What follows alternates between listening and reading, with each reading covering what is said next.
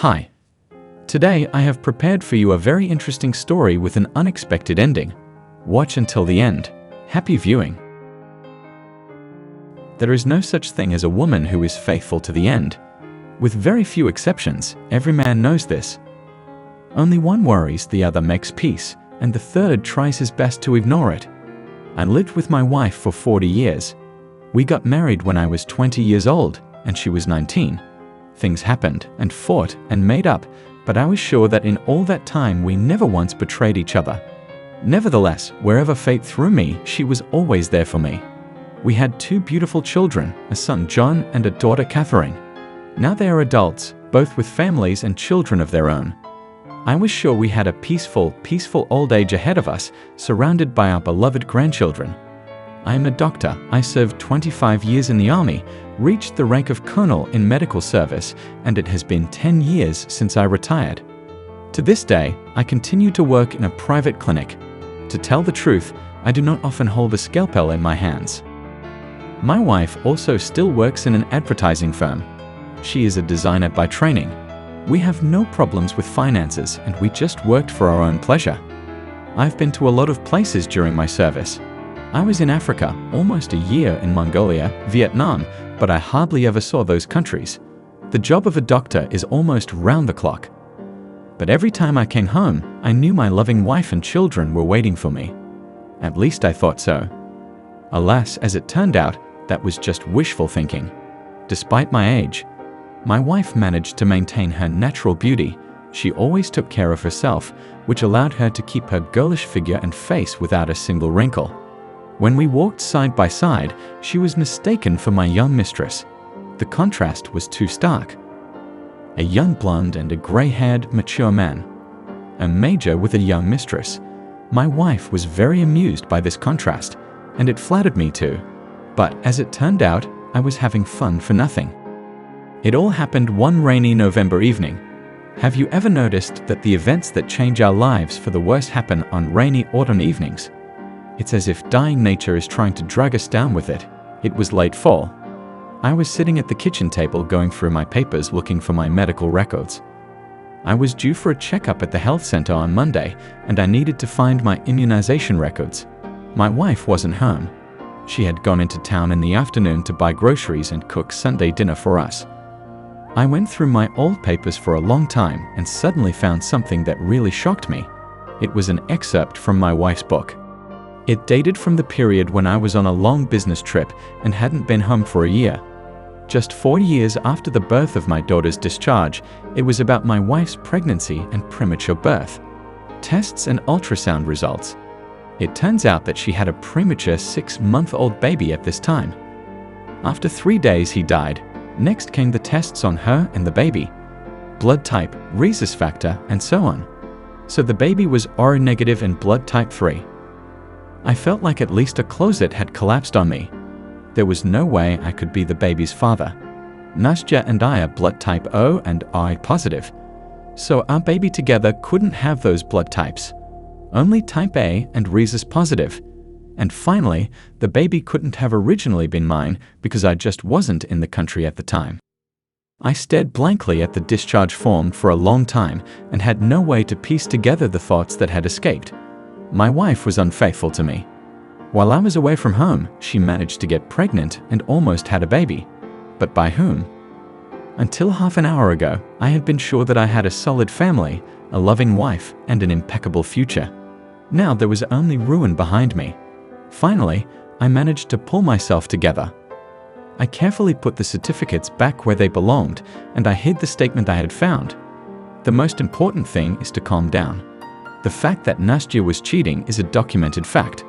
Frankly, I had a desire to have a showdown immediately after the return of his wife, but I wanted to sort everything out first. The kids were all clear here. Both John and Catherine were blood type O yes, and so it was obvious that they were mine. They both looked like me young. I had no doubts. I was their father. But the thought didn't make me feel any better. I couldn't understand why she did this to me. We had married for love, and I had been courting her for almost a year. Other women did not exist for me, although I had an attractive appearance and was not deprived of the attention of the opposite sex.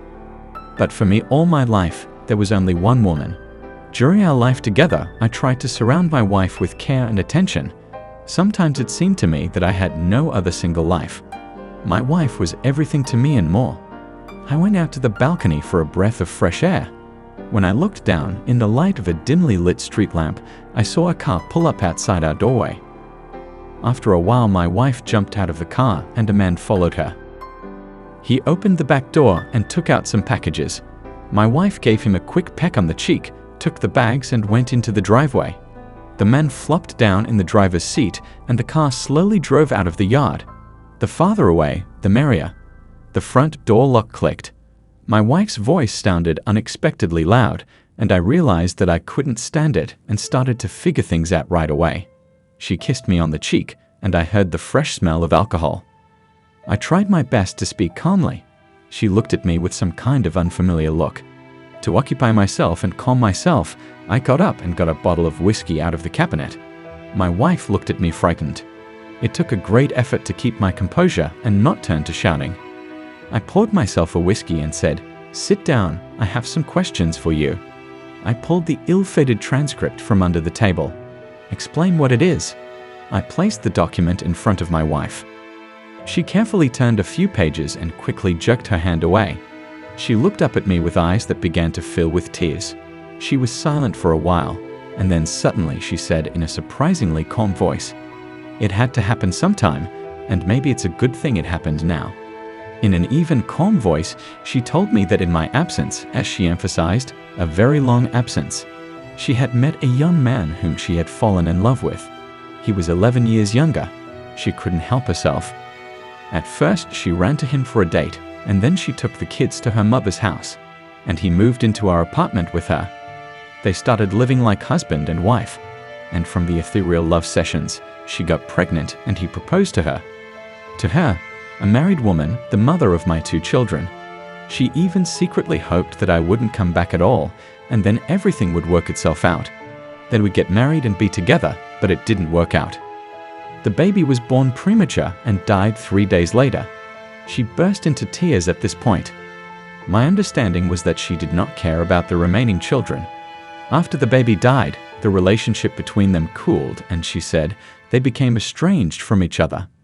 Then a young woman appeared on the horizon, and her lover finally left her in pursuit of new adventures. When I returned, she met me as if nothing had happened, and all the years that followed she diligently played the role of loving and caring wife. I was shocked. To be honest, for a while I lost the ability to think and speak at all. I stared at the wall in silence, and not a single thought crossed my mind. I just stared blankly at one point, but that wasn't all. 6 months ago, her heartfelt friend showed up in our town. Passion flared with renewed vigor. Turns out she had loved him all these years, and my wife fell into his arms. Anyway, they have been dating all this time, and she wants to start a new life in which there is no place for me. She lived with me for 40 years, gave me her best years, and now that the kids are grown, she wants a fresh start with the person she loves. Saying all this, she knew full well that with every word she said, she was just killing me. For a second, she reminded me of an executioner indifferently doing his job. For so many years, she'd been trying to trick me. If I had not found the statement, I probably would not have guessed anything further. Without saying a word, I got dressed, threw some things in my bag, and went out. Autumn was waiting for me outside. I breathed in the damp air with my chest full. I threw my bag on my shoulder and slowly wandered down the sidewalk covered with yellow leaves. I felt like smoking. I gave up smoking 20 years ago at the request of my wife. She was very concerned about my health, and it was quite late. The city was trying to forget itself in an anxious sleep. The windows of the houses were barely lit, and only the streetlights came down with a dim glow. I walked slowly past the black houses, trying not to slip on the wet fallen leaves. "Man, do you have a smoke?" I turned around and fell into darkness. Bright light burst into my eyes. "Well, finally," a man's voice said from very close by. I turned my head with difficulty. "Welcome back." My boss, not hiding his joy, looked at me. "Aya." The words were hard for me to say. "Yes, you're in our clinic. Tonight you were taken to the emergency room with a brain injury. We took you in and operated on you right away. The surgery was successful, And you are back with us. Your children and your wife we informed. The latest events made my heart clench again. My wife. I no longer had a wife. 2 weeks later, I was discharged. My ex came to see me twice, but I refused to see her. At first, I rented a small apartment not far from the clinic where I worked and began to get used to single life. The breakup with his wife had a twofold effect on me. On the one hand, of course, the pain of betrayal, and on the other hand, some still unclear prospects. Then there was a divorce, and I was left not only without a wife, but without my home. The children took a neutral position, but it was clear that they were more on their mother's side. I began to operate again. In my work, I tried to numb the pain of my soul, and I succeeded. About 2 months later, an old friend called me and asked to meet. Remember, a few years ago, I borrowed a large sum from you. He started the conversation. I remembered it. 3 years ago, a comrade had borrowed a rather large sum of money from me. He was having serious problems with his business and asking for help. I had just sold my mother's apartment at the time, and I had the money. When I gave it to my friend, I did not specify a deadline for repayment, realizing that the friend simply could not pay the money back immediately. Thanks for helping me out back then. I invested your money in the business, and as of today, it's paying good dividends. He held out a bank card to me. This is my debt with interest. It's 5 times the amount you lent me back then. Yes, that was very helpful. I bought myself a small cottage not far from the city and a car. I had no time to do the housework, so I hired a helper. She was almost 15 years younger than me. She was quite a young woman who had already been married. She had lived with her ex-husband for almost 20 years. They had no children due to her infertility, and her husband eventually left her for someone else. A neighbor told me all this. The employee herself did not talk about it much. I had no plans with her. She was nothing more than an assistant. Almost half a year passed like that. One day I was chopping wood and I felt sick. I had a terrible headache and I fainted and woke up in the hospital. She was sitting next to my bed. She was the one who called the ambulance when the doctors arrived. She sat holding my head in her lap. I was fine. Cranial brain injuries just don't go away that easily. After that incident, I began to look at her with different eyes, and only now I realize what a beautiful woman she was. Somehow our relationship naturally evolved into intimacy.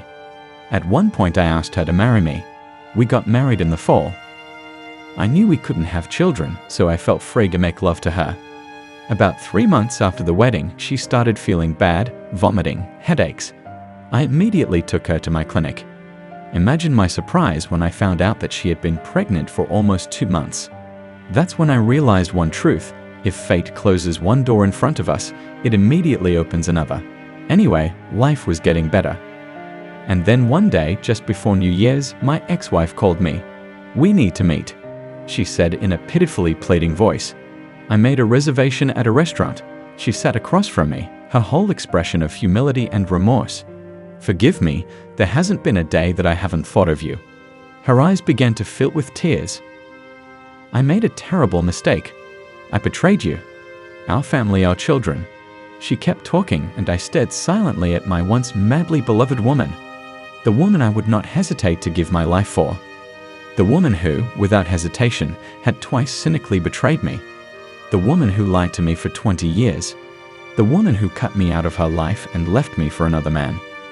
And now she has suddenly come to her senses and is trying to get back with me.